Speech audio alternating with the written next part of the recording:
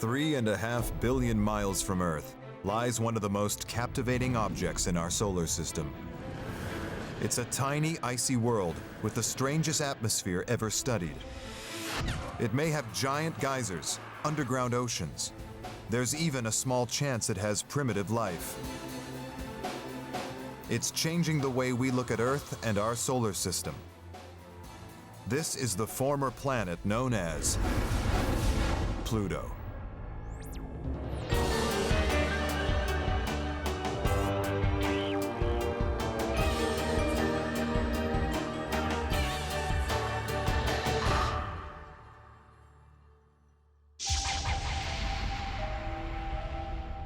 Pluto sits on the edge of our solar system, 3.5 billion miles from Earth. Remote but not forgotten, for generations of school children, Pluto is the 9th planet. But on August 24th, 2006, Pluto lost its planetary status. It was reclassified as a dwarf planet. Pluto doesn't care what we call it. It doesn't care whether we call it it's going to be the same object whether we call it a planet or a dwarf planet or a minor planet. Pluto has all of the characteristics of the other planets. In the same way that a chihuahua is a dog, just smaller. Dwarf planets are planets. They're a smaller variety.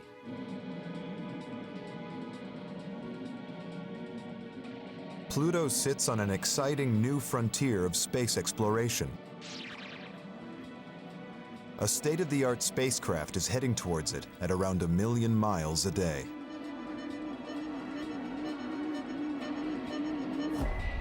Scientists hope that it will shed new light on the formation of the solar system and even the birth of our own planet. Every time we take a spacecraft and go by a new body, it turns into an entire world that is filled with fascinating phenomena that we would have never understood before. The fact that Pluto is so far away, it's so small, it's so dim, and may represent now a whole new swath of real estate worth of objects, tells us that Pluto has a lot in store for us to learn about it. Our story starts with Pluto's discovery. By the early 20th century, 8 planets have been discovered. Many assume that Neptune is the outermost.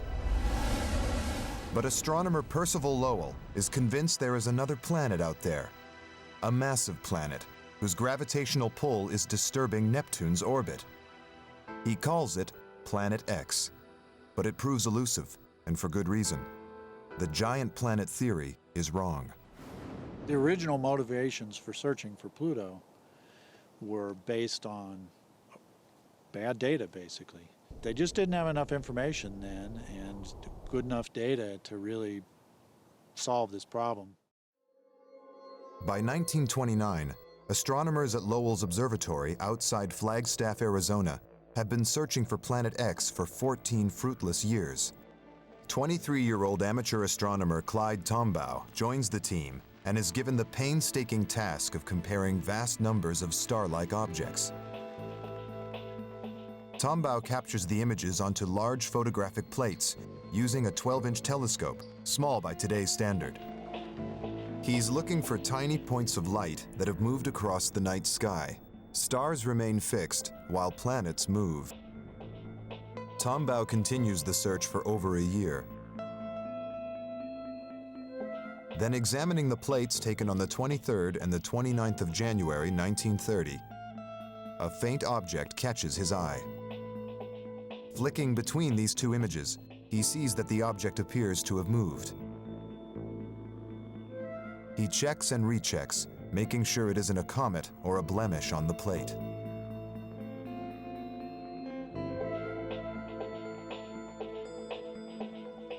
It seems the young astronomer has discovered the astronomical Holy Grail, Planet X.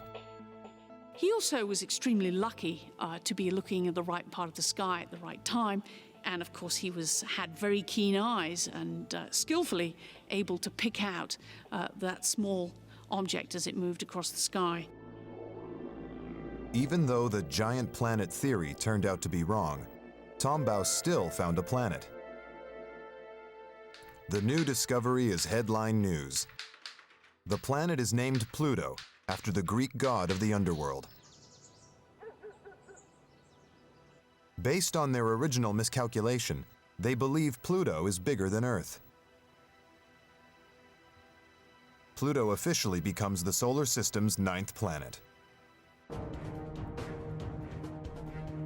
Today, over 70 years later, Pluto is still pushing Lowell's modern telescopes and leading astronomers like Mark Buie to the very limit of their abilities. Even with modern day tools, it's a difficult job to find these objects, and you have to look at a lot of sky, a lot of data, use the computers, use all these tools, and we work down at the very limits of what our data and our telescopes can do. For decades, even the most basic questions about Pluto remain shrouded in mystery. And the most basic of all, its size. The breakthrough comes in 1978 with the discovery of Pluto's largest moon, Charon.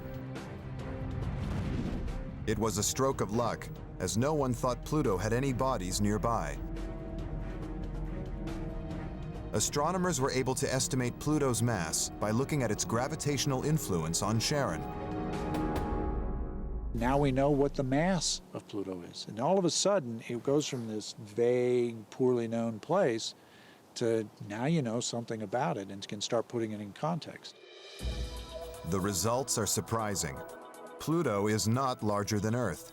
In fact, it's smaller than our own moon. Side by side, Pluto and Charon only cover the width of the United States. But for astronomers, the biggest mystery was why Pluto appeared to be on its own. In 1951, Gerard Kuiper theorized that Pluto was a remnant of a once massive belt of objects circling the outer solar system. This region of space became known as the Kuiper Belt. Kuiper predicted a huge empty space where we see the Kuiper Belt. He thought that Pluto was a massive body that would have swept out all the objects there. And in fact, that's not the case at all. Back then, Kuiper didn't know that Pluto was too small to have had this dramatic gravitational effect on other bodies.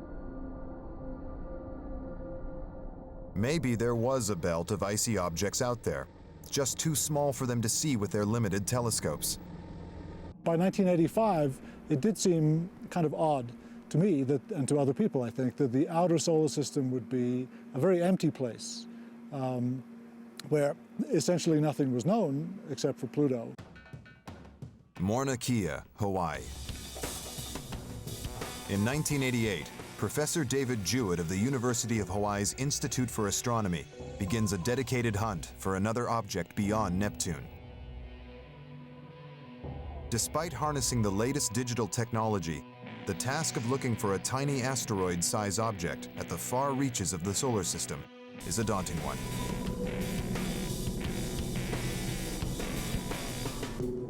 A bit like finding a grain of rice on a mountainside, as Jewett demonstrates. To give you an idea for the scale of the Kuiper Belt relative to the orbits of the planets, I've laid out the solar system using various kinds of fruit and vegetables. So we have a ball to represent the sun. Next to the sun, which is the center of the solar system, we have the rocky planets. So we have to go out to 5 astronomical units, 5 AUs, to find Jupiter, the biggest thing in the solar system except for the sun. Then we go out from Jupiter is Saturn, located at 10 AU. Out from Saturn is Uranus at 20 AU. Uranus is the first of the ice giant planets, and Uranus has a near twin. It's called Neptune. Neptune is over here at 30 AU. And then just beyond Neptune comes the famous Pluto, represented here by a tasty macadamia nut. And Pluto moves in and out from the sun, but it's roughly located at 39 AU. So we'll put that back where we find it. Kuiper Belt starts roughly at the orbit of Neptune and goes out to larger distances. So we can represent that by grains of rice from this bag, which I'll drop on the ground, These are Kuiper Belt objects falling in space, and here they go, but in fact they go very far out. They go out in this direction, and in fact it goes out so far that I can't throw it far enough. It goes out to the hill in the distance, far beyond me. But in 1988, all this is speculation. It's just a theory. There's no hard evidence of other objects in the Kuiper Belt. Dave Jewett continues believing there have to be more Kuiper Belt objects out there, somewhere. For 4 years, he toils in the thin air of Mauna Kea's high-altitude observatories. He has no idea how big or bright any of the objects might be. Then in late November 1992, he and his colleague Jane Liu spot a faint moving dot in the sky. It was a very, very definite object, far above the noise, far above the threshold of uncertainty. We're completely sure that we found the first really slow-moving thing in the solar system since Pluto. And it's small, just 140 miles across. Its diameter is just a tenth of Pluto's. If we were able to find one body in 0.1% of the sky, which was the case, then we knew there must be something like 1,000 times more objects than we'd found. Jewett's discovery has astounding implications. Now astronomers know there are potentially thousands of icy bodies, escapees from early planetary formation, orbiting out beyond Neptune. And Pluto is just one of many. Perhaps Pluto is not a planet after all. The discovery of thousands of objects in the Kuiper Belt opens up a whole new realm of planetary possibilities.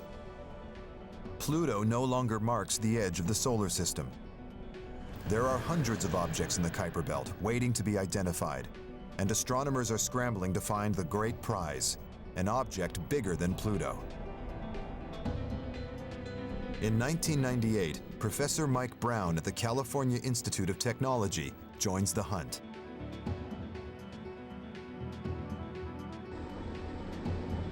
At the Palomar Observatory in Southern California, Brown's team embark on an extensive search. We had started this project of scanning the skies 7 years earlier, and with the idea that we wanted to see if there was something bigger than Pluto out there. We thought there just had to be. Unlike Tombaugh's manual method, the team uses a computer-controlled telescope with digital cameras to take hundreds of images across the whole sky. Clyde Tombaugh used photographic plates, and he would take 2 photographic plates and compare them and look for something that moves. We now use the digital cameras instead, and the computer does most of the work that Clyde Tombaugh did. On October 21, 2003, the computer records a snapshot of space and gives it a code, 2003 UB313. But with such a backlog of images, 2 years pass before Brown has a chance to review it. Like Tombaugh, it's now down to his skill and judgment to spot one significant object among thousands. And suddenly this big bright object appears on my screen, and my very first reaction, what did I do wrong? Something must be wrong here. This can't be right. And I checked everything, and realized, no, this is really there. And I immediately picked up my phone and called my wife and said, hey, I just found a planet. 2003 UB313 is around 70 miles wider than Pluto. And though it's 3 times further out than Pluto, it's one of the brightest bodies in the Kuiper Belt. Astronomers call it Eris. We knew immediately, once you start discovering other objects beyond Neptune and look at the distribution of their sizes and the rate at which you're discovering, it was just a matter of time before you would find one larger than Pluto. And in fact, that's happened. I never actually really thought we were going to find that one bigger than Pluto, so it was sort of a fun moment. For Brown, Eris is the discovery of a lifetime. For Pluto, the implications are serious. No longer alone, and not even the biggest or brightest body beyond Neptune, can we still call Pluto a planet? One of the first to publicly question Pluto's status was director of New York's Hayden Planetarium, Dr. Neil deGrasse Tyson. We first opened to the public in the year 2000, not including Pluto among the ranks of the other principal objects in the solar system. And we got raked over the coals by the New York Times had a page one story saying Pluto not a planet, only in New York. Okay, and then I got like hate mail from third graders, ever since. Tyson leaves Pluto out from the display because it doesn't fit into his two main planetary categories: the inner rocky planets and the outer gas giants. Pluto's always been a curious object, primarily because we've known so little about it. Defining a planet is not as simple as it seems. Take Neptune's moon Triton, for example. Although it's 40% bigger than Pluto, Triton is just a moon. After much deliberation, the International Astronomical Union came up with a new definition. Planets now have to meet three basic criteria. They have to have sufficient mass for gravity to contract them into a sphere. They have to orbit the sun and not some other body, or else they would be moons.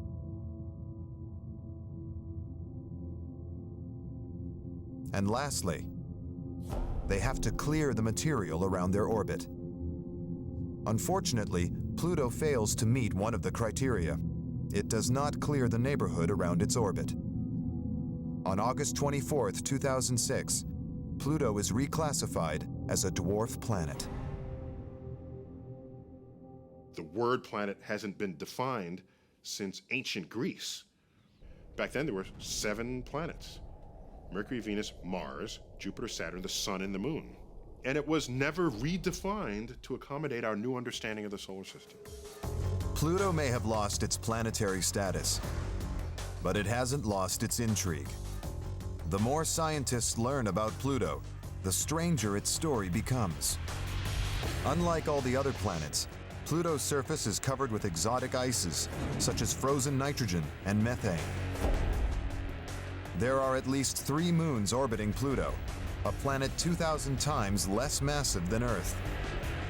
And Pluto's eccentric orbit is more like a comet's. For almost 60 years, it was also impossible to tell whether Pluto had an atmosphere. And when scientists finally get a chance to look, they discover something remarkable.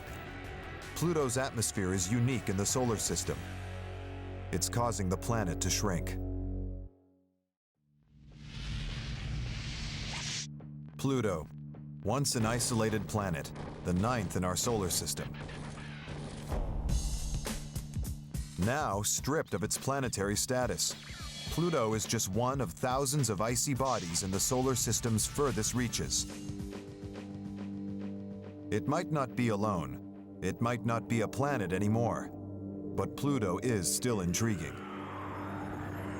And as scientists unlock the mysteries of Pluto, they're discovering a world full of puzzles and surprises. Astronomers figured out that Pluto was cold and that its surface was encased by ices, but for 58 years, they couldn't tell whether it had an atmosphere. No telescope on Earth was powerful enough to confirm this basic phenomenon on an object 3.5 billion miles away. Even using the most powerful telescope available to astronomers, the Hubble Space Telescope, which is a fantastic instrument, Pluto just looks like a barely resolved, very pixelated object. We just can't see much detail. On June 9, 1988, NASA's Kuiper Airborne Observatory takes to the skies. Astronomers board this specially equipped high-altitude plane on a journey to the Earth's stratosphere. Their mission is to search for evidence of an atmosphere on Pluto by observing a strange celestial phenomenon. The only way to identify an atmosphere on a remote body like Pluto is to observe it during a type of eclipse known as an occultation. When a celestial object, like a moon or a small planet, passes in front of a star, starlight is sharply cut off if there is no atmosphere present. But if the body does have an atmosphere, the starlight behind it gradually dims as the body passes in front. On board the plane, high-powered telescopic instruments record the critical moment. There you go. Hey, wow, okay. I think that thing has an atmosphere, guys. Yeah. Yep, atmosphere. Pluto has an atmosphere. It's similar to Earth's, but extremely thin. Pluto's atmosphere has many of the same chemical constituents as the Earth's atmosphere, but there's very little of it. If we took all of Pluto's atmosphere and we cooled it down even further than its current cold temperature, and it collapsed onto the surface as a frost or snow, we'd have snow up to the kneecaps. But how does Pluto have an atmosphere under these frozen conditions? The answer turns out to be linked to its eccentric orbit. Most planets take a roughly circular route around the Sun, but Pluto follows an extreme elliptical path. Its orbit carries Pluto as close to 2.9 billion miles from the Sun and as far out as 4.6 billion miles. By contrast, Earth's distance from the Sun varies by just 3 million miles.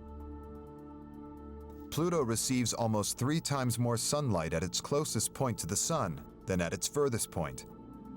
As it moves towards the Sun, Pluto's surface ices turn into gases.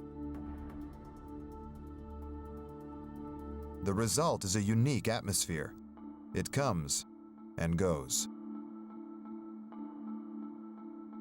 Mark Buey of the Lowell Observatory in Flagstaff, Arizona, explains that Pluto's strange atmosphere is, in effect, turned off and on by the Sun.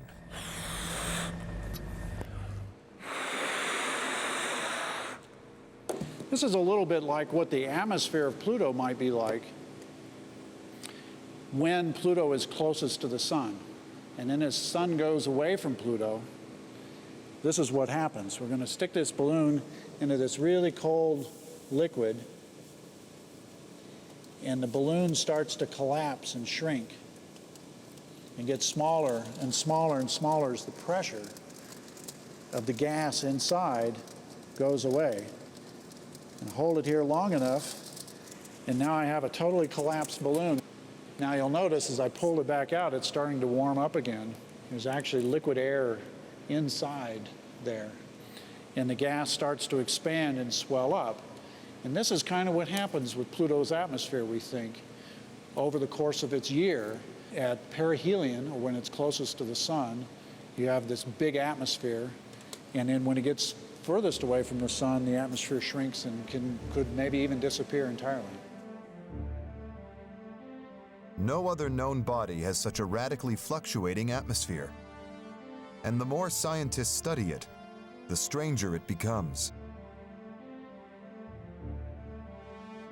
Fran Bagenal, professor of astrophysical and planetary sciences at the University of Colorado, thinks that Pluto looks like a comet because it has an atmosphere that leaks into space. Pluto's gravity is so weak that its atmosphere stretches hundreds of miles above the surface. Similarities with the comet are that the weak gravity of Pluto allow the atmospheric gases to escape. And so, as Pluto gets closer to the Sun, you have greater evaporation and more material escapes. Indeed, it looks very much like a comet in that respect. When a comet travels towards the Sun's heat starts to affect its icy surface.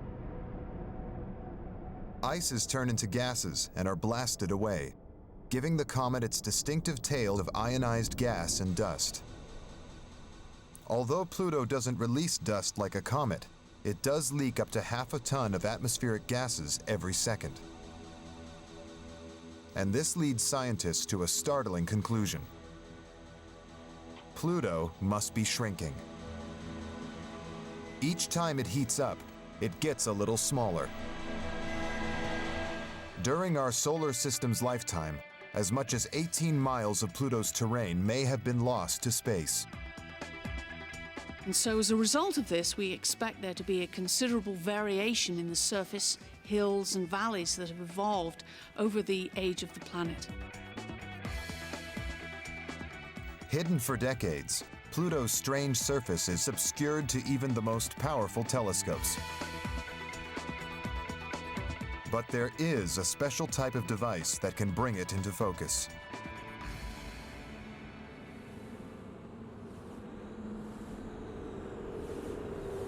The infrared spectrometer reads the distinctive reflective signature of Pluto's surface. Using this technology, scientists can piece together a remarkable picture of the strange world of Pluto. Spectrometers tell us that Pluto's surface is covered by exotic ices.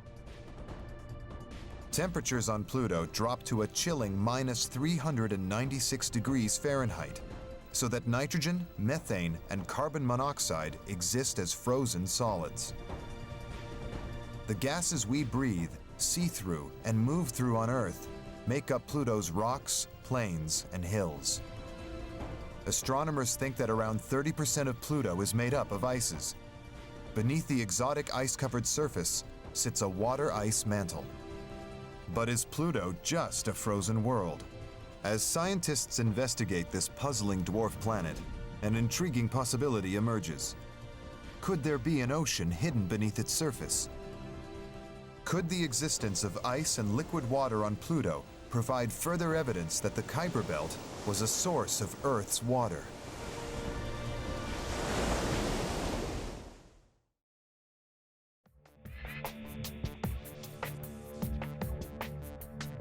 Scientists believe that Pluto-like worlds may have played a fundamental role in bringing water, the vital ingredient for life, to Earth.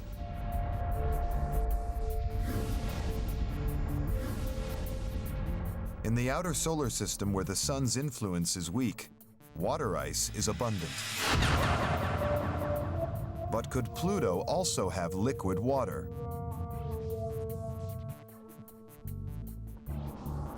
Professor Bill McKinnon of the Washington University in St. Louis thinks so. He believes that beneath Pluto's frozen surface, there could be an ocean. McKinnon believes that water on Pluto could exist in liquid form due to the presence of ammonia, which acts like antifreeze. If he's right, water could remain liquid at temperatures far lower than those of the Antarctic. Bodies like Pluto can actually have oceans. Not oceans on the surface like on the Earth, but oceans down below. And I have basically Pluto right here in this glass, and I can add the water and something like ammonia that would be inside Pluto. Add ammonia to water, and the freezing point plummets to nearly -142 degrees Fahrenheit. And to make it look more oceany, although we have no idea what the color of Pluto's ocean would be, we'll add some food coloring. Now out there in space, you're a long way from the sun, so it's cold. And so the top will freeze, like on a lake or in the Arctic, and you'll actually start freezing from the top down, and you'll make a thicker and thicker layer of ice, and I'll start it off by adding some ice at the top, which will float.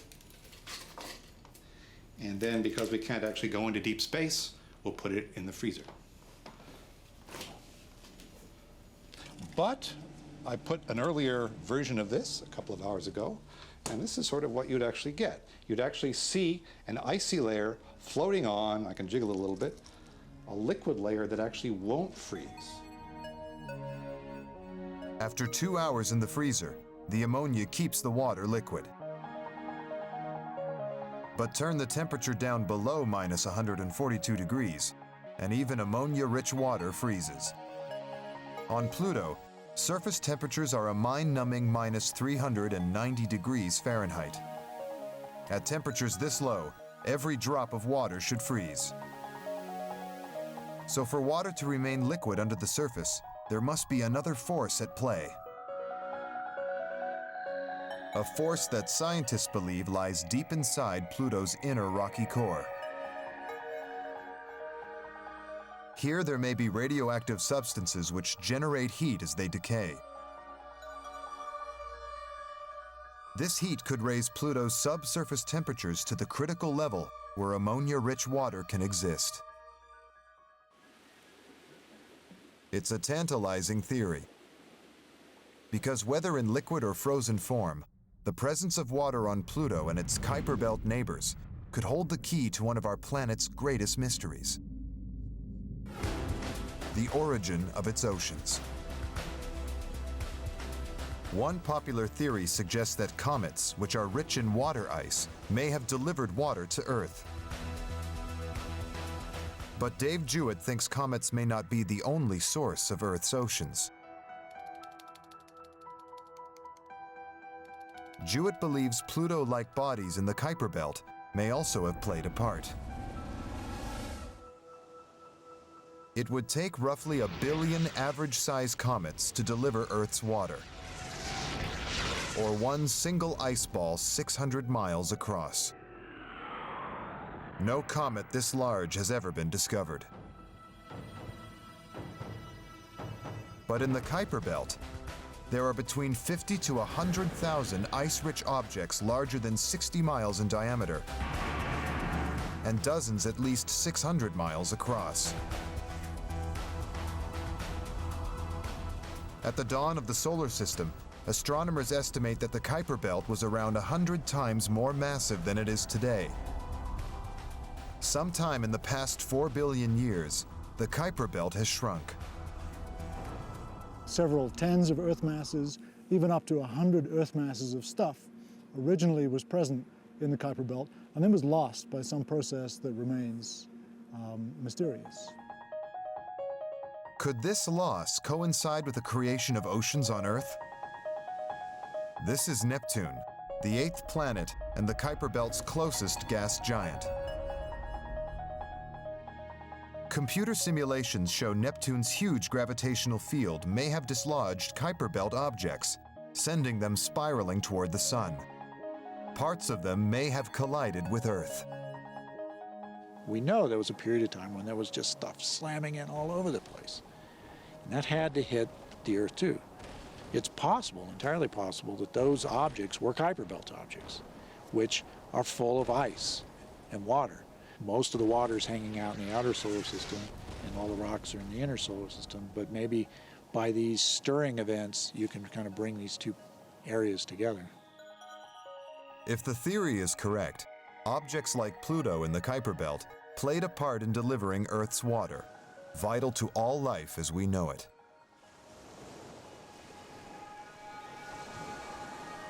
Pluto is slowly yielding its secrets, shedding new light on our solar system. But incredibly, almost 80 years after its discovery, we still don't really know what Pluto looks like. Despite powerful modern telescopes, there are no detailed images of Pluto. These, taken in 1994, are the clearest to date. They were captured by Hubble, the space telescope that escapes the distorting interference of Earth's atmosphere. The largest point of light in the center is Pluto. Its largest moon, Charon, is next to it. To construct a global map of Pluto's surface, Mark Buey turns to Hubble's infrared images. Each one of these images represents one picture taken with the Hubble Space Telescope. You stitch all those pictures together into a uniform map, which then I can manipulate and make it look like a globe.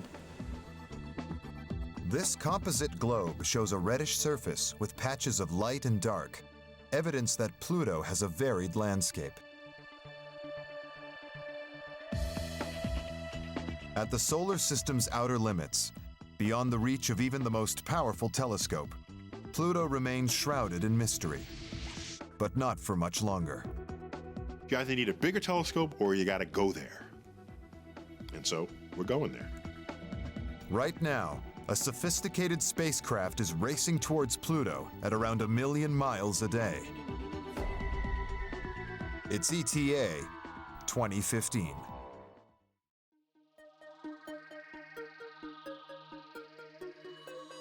January 19th, 2006. The Atlas V rocket blasts off from Cape Canaveral, Florida. On board, the New Horizons spacecraft. It's on a 9-year journey to Pluto and the Kuiper Belt. This is a voyage into the unknown. Since NASA's inception in 1958, its missions have provided stunning pictures and vital scientific information about our solar system.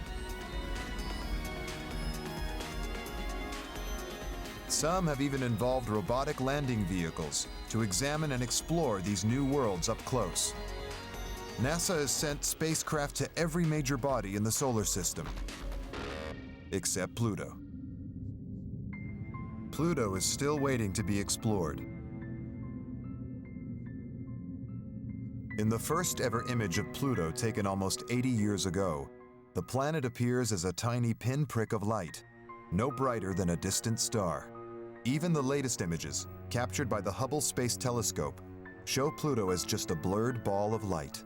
Pluto is so far away and so small that Hubble's capacity to see detail is greatly limited. To get a sense of what it's like to try and see Pluto, the best thing to do is to think about if you were to look at a ping pong ball, someone was to carry it 25 miles away. An important clue to Pluto's appearance comes from data gathered by another mission to the outer solar system. In 1989, NASA's Voyager 2 skimmed past one of Neptune's 13 moons, the mysterious Triton. This flyby provided astronomers with a tantalizing glimpse of what Pluto might look like. This icy moon, this large icy moon, that's very much a companion to Pluto, similar size, similar part of the solar system, and maybe had a very similar origin. Astronomers theorize that many billions of years ago, Neptune slung Pluto outwards and dragged Triton towards it, taking it captive as a moon. Triton is just like Pluto, but it got captured by Neptune billions of years ago. If we were to fly over Pluto, we would see impact craters and volcanic calderas or collapsed craters and maybe even active venting or plumes, because we see these things on Triton. Triton's strange landscape suggests that Pluto could be a dramatic place. And on Triton, the most dramatic features of all are geysers. Voyager 2 captured these remarkable images, evidence of geysers that last for up to a year and spurt gas and dust up to 5 miles high. If there are similar geysers on Pluto, astronomers predict that they would be driven by the sun. Although the sun is over 3.5 billion miles away, its heat may still have the power to affect the ice beneath Pluto's surface, turning it into gas. Pockets of subsurface gas would build up and eventually burst through Pluto's frozen surface as geysers. Will Grundy demonstrates how even a small increase in temperature produces a large geyser. Okay, we're going to put liquid nitrogen into this plastic bottle, and it's very cold at 77 degrees above absolute zero. So as soon as it comes into contact with the hot environment here with the sun shining and the warm air, it starts boiling like crazy. And as it boils, it's going up into gas, giving off a huge amount of gas. And as soon as I screw the lid on, the gas has nowhere to go except up the tube in the lid and out through this cooler full of ice to form our simulated geyser. And here it comes. On the surface of Pluto, don't know what the scale of those geysers would be, whether they'd be very small like this one or maybe a kilometer tall. Such mysteries will be solved on New Horizons' arrival in 2015. The spacecraft's camera has already been tested 6 months into its epic journey, capturing perhaps the greatest volcanic eruption ever witnessed in space.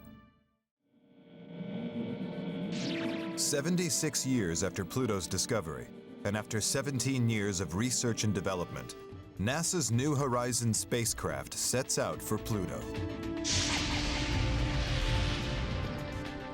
Traveling at around 1 million miles a day, it's on a 9-year, $700 million journey to reach Pluto and reveal its secrets. New Horizons chief scientist is Hal Weaver. Yeah, where we are right now is mission control for the New Horizons mission to Pluto. This is where we watch all of the activities that are occurring on the New Horizons mission. We have over here to the left a depiction, a software prediction of exactly where the spacecraft is, where it's pointed. We're following it on its path to Pluto. In early 2007, New Horizons passes Jupiter, using the planet's intense gravity to boost it toward Pluto. It took the opportunity to test its camera on Jupiter's largest satellite, Io. The results were spectacular. This footage, captured by New Horizons' long-range reconnaissance imager, shows the actual eruption of a volcano on Io's surface. We were just lucky and happened to catch it when one of the major volcanoes was active. It had spectacular plumes, debris, volcanic debris was flying up for a couple of 100 miles above the surface. It's a stunning but short-lived encounter. New Horizons soon leaves Jupiter behind. Traveling at over 8.5 miles a second, it's the fastest spacecraft ever launched. It's going so fast that after its 9-year journey, New Horizons will only have a day and a half to see Pluto close up before disappearing deeper into the Kuiper Belt. And that's great for getting there early.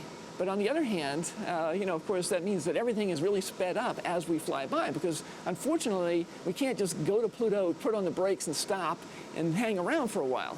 Roughly 3 months out, we're going to have resolution that's better than Hubble, and then it just gets better and better and better as we get closer and closer. But for those last 24 hours where we have this really high spatial resolution where we can see football field-sized features on the surface of Pluto, that all happens very quickly. We're just going to fly by and then just by Pluto and on deeper into the Kuiper Belt. With such a short window to capture data, the team must test and retest the instruments throughout New Horizons' 9-year journey. Every year, for about 2 months, we're going to wake the spacecraft up and do some testing. Some observations of celestial objects and some commissioning testing of all the instruments to check them out, to make sure they're still performing and they'll be ready to go when we finally get to Pluto in July of 2015. Ready to answer some of science's most fundamental questions. The delivery of organic material and water from the outer solar system to the inner solar system may have played a pivotal role in the formation of life on the Earth.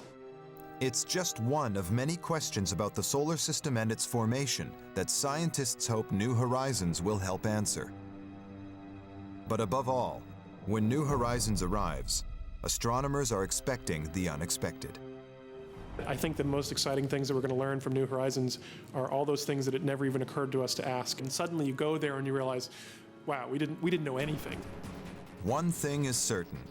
The arrival of New Horizons will be the astronomical event of the 21st century. It's a whole new kind of world. It's a planet I think everyone has tried to imagine. It's a frontier world. It's going to be the cover of the Rolling Stone. And perhaps most fittingly, the spacecraft carries the ashes of the man who started the journey to Pluto almost 80 years ago, Clyde Tombaugh. This is a journey to one of the solar system's most puzzling, most mystifying worlds. Once the 9th planet, now a dwarf planet, an isolated oddity that became one of many. A frozen wasteland that could be home to giant geysers and underground oceans, and even possibly to primitive life.